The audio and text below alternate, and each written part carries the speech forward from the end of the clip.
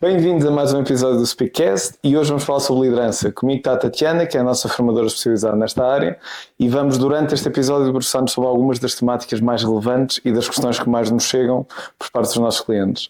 Tatiana, antes de mais, primeira pergunta para ti. Quais é que tu consideras são os maiores desafios que existem atualmente em termos de liderança? Olha, aquilo que eu sinto a nível de liderança está muito relacionado com essencialmente 3 pontos, eu diria. Um deles relacionado com o planeamento, ou seja, a nível de operacional, depois nas organizações, esta parte do planeamento. Depois a comunicação com as equipas, a forma como os líderes comunicam com as suas equipas. E depois essencialmente a forma como estrategicamente olhamos para as equipas e depois as trazemos para nós, não é? Enquanto líderes, no sentido de trabalharmos todos com o mesmo propósito, não é? Sinto que essencialmente poderá ser essas 3 temáticas que podem ser mais desafiantes atualmente. Diz-me uma coisa, tu te sentes também que essas temáticas são coisas mais sentidas em termos de liderança de topo e que são exatamente os mesmos problemas, por exemplo, se for uma liderança intermédia, ou sentes que muda muito se for uma liderança de topo ou uma liderança intermédia? Eu acho que pode efetivamente mudar. Sinto que, por exemplo, numa liderança intermédia pode ser mais difícil, se calhar esta parte da comunicação, eu diria, com as equipas. Numa liderança de topo, talvez esta parte do planeamento poderá ser um bocadinho mais desafiante, porque depois tens a outra vertente que é um bocadinho aqui a microgestão, não é? Que é eu faço, eu vou fazer, eu vou acontecer, não é? E depois caímos no erro de sermos aqui um bocadinho bombeiros e estarmos em todo o lado e depois a nível de prioridades não conseguirmos muito bem definir essas prioridades. E acho que o planeamento, neste caso, que poderá não existir ou poderá ser um maior desafio, portanto ajuda muito a resolver essa questão, sim. Eu pelo menos eu tenho sentido muito com algumas entidades com quem temos trabalhado que existe realmente um esforço em capacitar lideranças para estarem mais preparadas para fazer melhor as suas funções, especialmente lideranças intermédias, só que muitas vezes quem está em liderança intermédia sente-se um bocadinho entre a espada e a parede, ou seja, são pessoas que normalmente vêm de um perfil mais técnico ou mais operacional e vinham dessa área e acabam por ser promovidas pelo mérito que têm. E depois acabam por ter todo um novo desafio novo ali em termos a liderar uma equipa, quando ao mesmo tempo eles vêm habituados numa realidade que é maioritariamente operacional. Em que aí sim a questão de nós termos planeamento, a questão de nós fazermos uma visão um bocadinho mais estratégica daquilo que queremos para a equipa, também delegamos funções, é uma coisa que é importante. Só que muitas vezes essas pessoas que vêm dessa parte mais operacional, primeiro é uma coisa que não estão habituados. Eu não posso estar à espera que alguém que esteja a fazer uma coisa completamente nova em termos de função, que simplesmente, por obra e graça de nosso Jesus Cristo, subitamente faça aquilo muito bem. As pessoas têm de ser preparadas para tal. E eu acho que há um problema que é quando nós vemos com líderes que vêm de funções mais operacionais, de esperarmos que esta coisa da liderança seja uma coisa natural, que surja naturalmente, que é a pessoa a partir do momento que está no cargo, subitamente torna-se um líder. Quando na verdade há uma data de novas competências, porque a pessoa vai ter uma data de novos desafios, em que acaba por muitas vezes não ter as ferramentas para isso. O problema também que nós vemos aí, essas pessoas muitas vezes acabam por ter também dificuldades em mudar um bocadinho o chip, porque pelo menos pela maneira como nós vemos isto em Portugal, porque lá está, aquilo que é a liderança e a gestão em Portugal muitas vezes também é muito amadora, nós acabamos de fazer as coisas muito com aquilo que é a nossa força, que é o desenrascar, mas acabamos por não preparar as coisas e não planear. Em termos de liderança intermédias muitas vezes é expectável, ok, agora tens o cargo, agora vais liderar.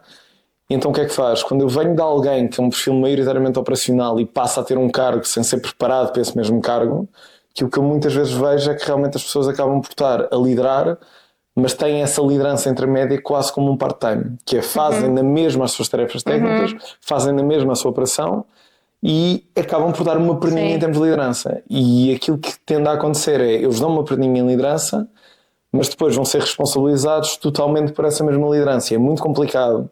Nós estamos a fazer um extrazinho e muitas vezes até para além daquilo que é o horário de trabalho e depois ter uma avaliação baseada naquilo que é a sua performance, quando na verdade não vem aquilo como um trabalho per si, mas sim como um extra ao trabalho que já tinham previamente. Isto é uma coisa que também sentes? Como é que... Sim, sem dúvida. Eu acho que e acho que isso acontece muito, principalmente nisso que tu estavas a dizer, em funções de liderança intermédia, sem dúvida. Eu acho que o que é importante aqui é nós, ou seja, identificarmos um perfil, não é? Portanto, neste caso a liderança de topo identifica esse perfil como potencial líder daquela equipa ou daquela organização, ou até eventualmente daquele departamento. Eu acho que é importante antes de nós nomearmos aquela pessoa para líder, efetivamente, é tentarmos perceber quais é que são as expectativas daquela pessoa. Porque aquela pessoa pode ser ótima a nível operacional, mas depois a nível de liderança, nós até podemos achar que a pessoa tem um perfil, mas depois a própria pessoa não querer. Ou então simplesmente não querer assumir essa responsabilidade. Porque existe muito isso, então atualmente existe imenso, que é a pessoa, nós achamos que a pessoa tem um perfil até para ser líder, mas a pessoa não quer essa responsabilidade, não é? Então acho que é importante haver essa gestão de expectativas, não só para a própria pessoa, mas como também para a parte da organização, porque depois, mais tarde, a médio prazo, não é? Acabamos por se calhar gerir melhor o capital humano que temos, no fundo. E depois, se realmente a pessoa for para líder, eu acho que tem que haver um acompanhamento. E acho que muitas das vezes aquilo que pode ser o maior desafio é na prática, no dia-a-dia, não é? Mesmo a nível de lideranças de topo e da sua gestão, e que está tudo bem, mas depois a nível de acompanhamento diário pode efetivamente haver aqui alguns gaps que poderão ser necessários ser trabalhados. E acho que aí, com essa formação e com esse acompanhamento diário e ao longo do prazo, acabamos não só por fazer uma avaliação de desempenho, efetivamente, que é importante, mas também perceber como é que está a pessoa. E ao fazermos isto, conseguimos muito mais rapidamente alinhar valores e reduzir este tempo. Se calhar que daqui a médio prazo poderá ser uma questão e conseguimos adaptar melhor, eu diria. Que a questão é essa, que é, mesmo virando para a parte do planeamento, falaste que é, se eu assumir simplesmente que a pessoa vai liderar só porque sim, aí aquilo que vai acontecer é uma liderança mais por tentativa e erro, em que há uns que se calhar até vão conseguir, mas há outros que muitas vezes, se tivessem tido as ferramentas certas logo numa altura inicial, aí de certeza conseguiam, enquanto tentativa e erro é um desperdício de recursos, quer para a pessoa que acaba por estar a liderar e se sente mal no trabalho que faz e ninguém se sente particularmente motivado a fazer uma coisa que é mau a fazer, ou que se sente isso, e ao mesmo tempo a liderança que acaba por ter uma quebra de expectativas, que eu escolhi aquela pessoa porque eu achava que tinha perfil e tinha condições técnicas para tal, e não está a ter uma boa performance. Enquanto que essa gestão de expectativas, eu não posso estar com grandes expectativas se eu não der ferramentas novas à pessoa para tal. Aquilo que estavas a falar da pessoa não querer, uma vez aconteceu-nos também, nós tínhamos alguém que falou connosco para formação individual em termos de liderança, em que basicamente o que aconteceu? Aconteceu-lhe essa situação que ela estava, isto aqui mais no setor da saúde, havia uma vaga para estar num cargo de liderança. E basicamente a liderança topo dela virou-se para ela e disse: olha, tens de ser tu, porque tu tens o perfil, estás cá há mais tempo, a equipa já confia em ti e portanto vamos claramente escolher-te a ti, vais ter que ser tu. E a pessoa não queria e disse expressamente: olha, eu não me vejo nunca a ser líder, gosto muito do meu trabalho, mas não me vejo a ser líder. E houve uma persuasão por parte da liderança topo a dizer: não, tens de ser tu, tens de ser tu, tens de ser tu. Ela lá aceitou. Passado alguns meses de estar nesse cargo, cerca de 6 meses, ligou-nos a dizer: olha, eu preciso de ajuda em termos de formação de liderança, porque eu não me sinto capaz para liderar a equipa, não gosto do trabalho que faço, odeio ter situações de conflito, não me sinto capaz de delegar, muitas vezes não sei gerir expectativas com a equipa e basicamente cada dia do meu trabalho, desde que aceitei esta promoção, tem sido miserável. E basicamente o que nós dissemos à senhora é que não é com formação que lá vai, que é, se a pessoa não quer e odeia cada segundo do seu trabalho, a pessoa tem que mudar de trabalho. Qual foi o problema dessa organização? Perderam possivelmente o melhor perfil técnico que tinham, ganharam um péssimo líder com isso e essa pessoa acabou por sair porque nós, muito dentro daquilo que é a progressão social que nós temos, a pessoa se quer subir na carreira ou progredir na carreira, muitas vezes é mais vertical do que outra coisa. Hoje em dia já começa a haver um bocadinho mais da parte da especialização, mas mesmo assim as pessoas tendem a assumir: eu para ganhar mais tenho de assumir um cargo de liderança. E as pessoas simplesmente não querem, e estar a forçar alguém a fazer isso é mau para a pessoa, é mau para a organização e é mau para a liderança topo. Sim, sem dúvida. Também pegando nisto, uma das coisas, por exemplo, que essa pessoa se queixava é, a partir do momento que estava como líder e ela já vinha da equipa que acabou por liderar, era que na altura havia conflitos dentro da equipa, havia ali um mau ambiente, mas ela era uma colega. A partir do momento que passa a liderar, tem também de ficar com a responsabilidade, mesmo enquanto líder intermédio, de gerir esses conflitos. Como é que tu vês essa realidade dos conflitos dentro da liderança?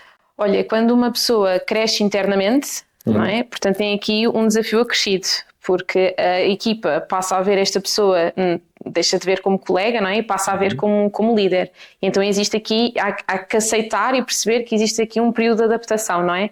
Não só da própria pessoa, que neste momento está a encontrar o seu caminho e tem uma posição diferente, como também por parte da equipa. Eu considero que na parte desta gestão de conflitos, o mais haver clareza na comunicação é o melhor. E a pessoa, quando cresce internamente, chegar ao pé da sua equipa e dizer, olha, a partir deste momento sou eu que estou a assumir estas funções, o meu objetivo com vocês é este, eu quero trabalhar com vocês isto, isto e isto, e ser claro. E desta forma, ou seja, não há confusão, não há ruído na comunicação, não é? E portanto, quanto mais claros nós formos para as pessoas com as quais nós estamos a trabalhar, melhor. Não é? Acaba por reduzir aqui bastante o conflito, porque aquilo que eu sinto no caso de crescimentos internos é que a curto prazo existe muito esta coisa de conflitos, ok, então porque é que foste tu, porque é que não fui eu, mas eu trabalhei tanto para isto e és tu e afinal não fui eu, não é? Ou seja, isto é porque não existe ruído na comunicação, não é? E quando nós ou comunicamos de forma que, ou seja, de forma errada ou que não comunicamos de todo, há espaço para uma grande imaginação e muito silêncio, não é? E esse silêncio depois... Há uma coisa que eu também tenho sentido um bocadinho, que é, hoje em dia, e bem, fala-se cada vez mais ter uma liderança humanizada, em que nos preocupamos com as pessoas, em que tentamos envolvê-las também, e isso é positivo na grande maioria dos cenários. Há um problema que eu também tenho estado a ver, que é ter uma liderança humanizada em que nos preocupamos com as pessoas e queremos envolver as pessoas e tratamos as pessoas como seres pensantes, em vez de simplesmente como braços executantes. É uma liderança que também precisa de assertividade na sua comunicação. Sem dúvida. O que é que eu sinto? Que há muito essa questão, ok, da humanização da liderança, mas parece quase que estamos a ir para um nível mais de people pleasing do que outra coisa. Ou seja, em que estamos sempre a tentar agradar, em que temos certas notícias que são importantes de dizerem, e andamos ali com rodeios em vez de sermos assertivos e comunicar aquilo que tem de ser comunicado e exigirmos se calhar performance também. Sim. E o problema é que depois aquilo chega a um estado, ou seja, se a pessoa fosse logo assertiva, logo na entrada da pessoa, logo no onboarding da pessoa, e olha, as condições são estas, vai funcionar assim, aquilo que eu espero de ti é A, B, C, se as coisas não estão a correr bem, ver logo um feedback imediato, ser assertivo, mesmo que essa assertividade possa custar, eu acho que no comparativo é bem melhor do que estarmos ali a tentar dourar um bocadinho a pílula e não dizemos as coisas especificamente, em que isto depois cria o quê? Cria um gap de expectativas entre liderança e liderados mais uma vez, em que depois chega a uma situação extrema que é, depois no final olha, já não te vamos renovar o contrato, olha, no final vamos ter que mudar de departamento ou vamos ter que despedir a pessoa. Aquilo era meio andava com isso e uma das coisas que nós temos falado é, dentro da parte da assertividade, da argumentação, da clareza da comunicação, é importante sim ter isso, mas é importante também ter uma perspectiva em termos de liderança, que é, liderança não significa não estarmos ali para termos algum concurso de popularidade. A ideia não é que o líder seja a pessoa mais gostada. Nós queremos sim ter boas relações, queremos ter um bom ambiente de equipa, mas no final do dia, as coisas têm de acontecer, e nós estarmos a pedir e a ter essas expectativas para a equipa, que desde sejam realistas, e não pedir nada à equipa que nós também não pedíssemos a nós próprios, mas estar a puxar por eles, eu acho que é uma coisa que é também desafiante, quer para o líder, quer para eles também, e isso é que faz com que as pessoas cresçam. Se eu não for claro, faço essas mesmas expectativas e tentar estar ali com o Rodriguinho só para agradar, no final do dia aquilo que vai acontecer é, eu fico mal porque as expectativas não foram cumpridas, a organização perde também com isso, e a pessoa não é porque eu estive a falar das coisas com rodeios que fica mais agradecida também.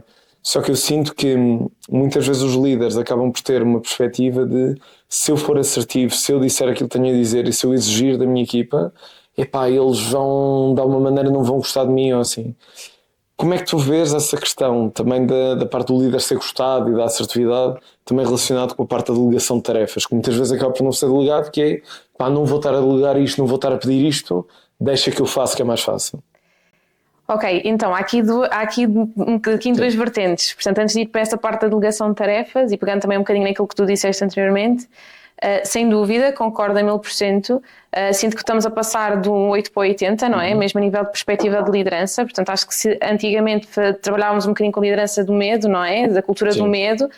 Hoje em dia estamos a humanizar excessivamente esta parte da liderança. Nesse sentido, eu sinto que tem que haver um equilíbrio, não é? Portanto, acho que sim, há momentos para tudo. Então, acho que desde que a comunicação seja clara e que a minha equipa saiba para o que é que vai naquele dia, naquele mês, naquela semana, naquele ano, para mim está tudo ok. E obviamente que esta exigência que tem que haver a nível de liderança parte também um bocadinho para esta assertividade que depois também é transmitida às equipas. E portanto há momentos para tudo e eu acho que o ideal aqui é haver sempre um equilíbrio. Claro que queremos ter a equipa do nosso lado, como é óbvio, Mas depois lá está, quando nós somos muito, esta parte da humanização é levada ao extremo, o que acontece depois o reverso da moeda, que é líderes frustrados, a dizer, mas eu dou tudo, mas eu preocupo muito com a minha equipa e a minha equipa não está nem aí para esta situação, ou não estão sequer comprometidos com o projeto, e eu já não sei o que é de fazer mais, eu já fiz tudo. Ok, se calhar já fizeste tudo, se calhar não fizeste tudo da forma certa, não é? Sim. E então acho que aqui realmente tem que haver um equilíbrio nesta situação. Há momentos para tudo na minha perspectiva. Sim. E um bocadinho isto na parte da delegação de tarefas que estavas a dizer, inicialmente o que eu sinto é que quando são líderes que estão há muito pouco tempo na função, a ideia aqui é haver realmente esta microgestão no sentido de eu aconteço porque eu quero controlar tudo. Não é? Porque, não há esta perspectiva de investimento numa formação para depois delegar as tarefas. É quase como eu faço mais rápido, eu faço melhor, então sou eu que vou fazer. E mais uma vez é aquela coisa que é não ter as ferramentas certas na altura certa, porque a pessoa é promovida muitas vezes por mérito pessoal e confia no seu trabalho. Muitas vezes não consegue ver que o seu trabalho, a partir do momento que está em líder, depende muito mais daquilo que é a execução total da equipa do que propriamente do seu trabalho individual. Exatamente. E naturalmente faz isso, mas força. Sim. Não, um bocadinho nesse sentido, ou seja, não vem a formação como tempo de investimento. Vem, vou dar agora mais um bocado de formação, já podia ter isto feito, não é? Mas não percebem que a formação faz com que a curto, médio prazo, essa pessoa fique muito mais liberta para pensar, para ter pensamento estratégico, não é? Sobre aquele projeto ou sobre mesmo aquela equipa. E portanto dá-lhe aqui também mais espaço para conhecer melhor a sua equipa e adaptar. Já agora isso aí também muitas vezes acontece uma outra coisa, que é nós enquanto seres humanos e em liderança também isto afeta muito, nós tendemos muito mais a privilegiar o curto prazo do que o médio e longo prazo. Sim. E isto vem um bocadinho daquele ditado que é nós muitas vezes temos de dar um passo atrás para conseguir dar dois à frente, e nós muitas vezes é mais rápido o líder fazer. Isto acontece, e aquilo que normalmente se queixam mais é até de liderança intermédia, que é o quê? Como é mais rápido eu fazer, eu vou fazer aquilo, e então a liderança intermédia parece um bocado mais um corpo de bombeiros do que propriamente estarem ali enquanto líderes. Sem dúvida. Como é mais rápido fazer, eu acabo por muitas vezes não me dar ao luxo de ter tempo e de alocar esse tempo a formar as pessoas para evitar que eles continuem a incendiar a casa, que é... Sim.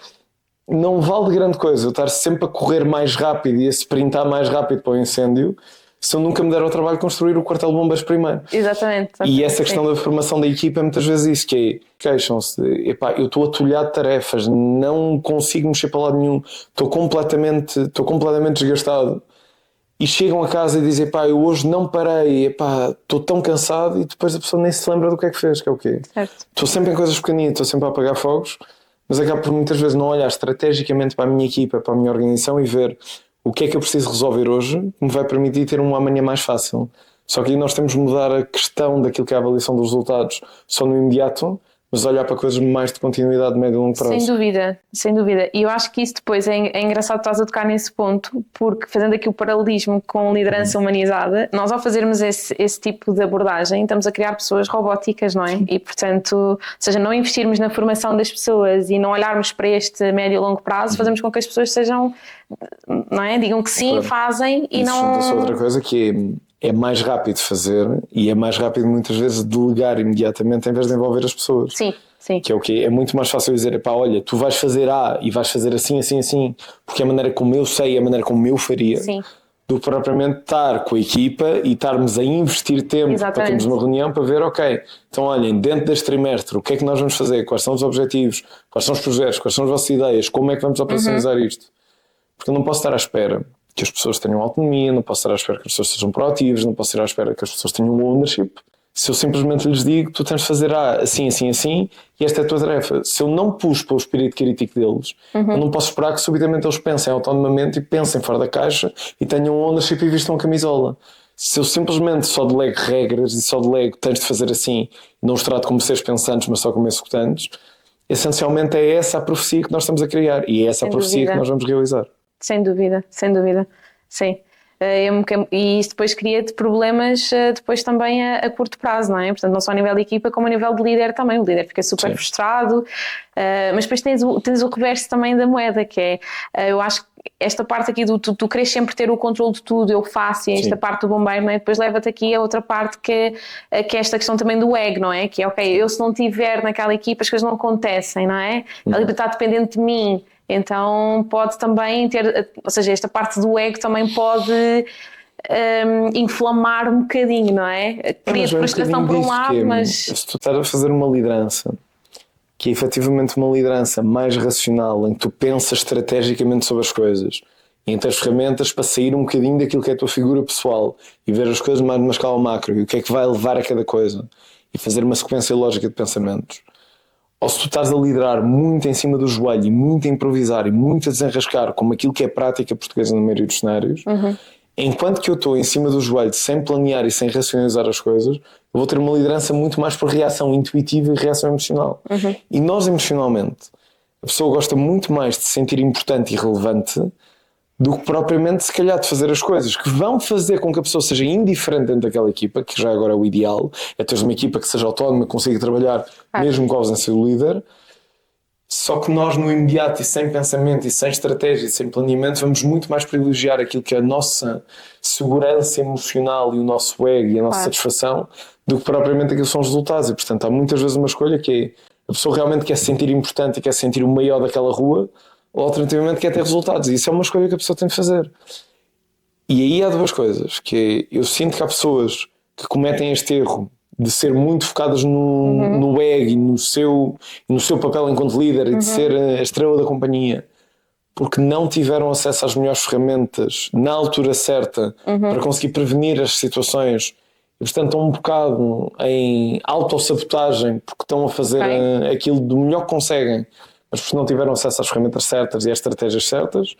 E depois há um outro perfil que é, eu também sinto que nem toda a gente tem perfil de liderança, nem toda a gente tem capacidade para ser líder, e não é só uma questão do querer. Há certas pessoas que eu acho que se não tiverem controle emocional suficiente, por muito que queiram ser líderes, podem querer pela razão errada. E podes usar as ferramentas todas, só que se a pessoa a única coisa que quer saber é de aparecer naquela foto e ser ele a receber o prémio, e ser ele a fazer aquele discurso, e ser ele a tomar a dianteira, e ser ele a estrela da companhia, há alguém que está a liderar só por ele e só para aparecer, é alguém que nunca vai ser um bom líder, pelo menos naquilo que é o meu ver. Sim. Por muitas ferramentas que demos, porque se a pessoa só quer aparecer e só quer ter o show-off, tudo o que é o trabalho chato de liderança, que é muitas vezes de assumir uma realidade, que é quando as coisas correm bem o mérito é da equipa e quando as coisas correm mal o demérito é do líder. Sem dúvida. E quando a pessoa não consegue fazer esse trabalho, que é um trabalho de controle de ego, é alguém que vai estar sempre a liderar muito mais de uma lógica mais maquiavélica e negativa para a equipa e para a organização,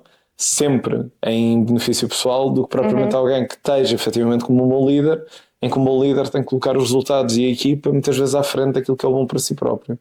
E isto é uma coisa que custa muito se a pessoa não tiver esse controle emocional e esse controle de ego. Sim, sem dúvida. Sim, eu também sinto muito isso.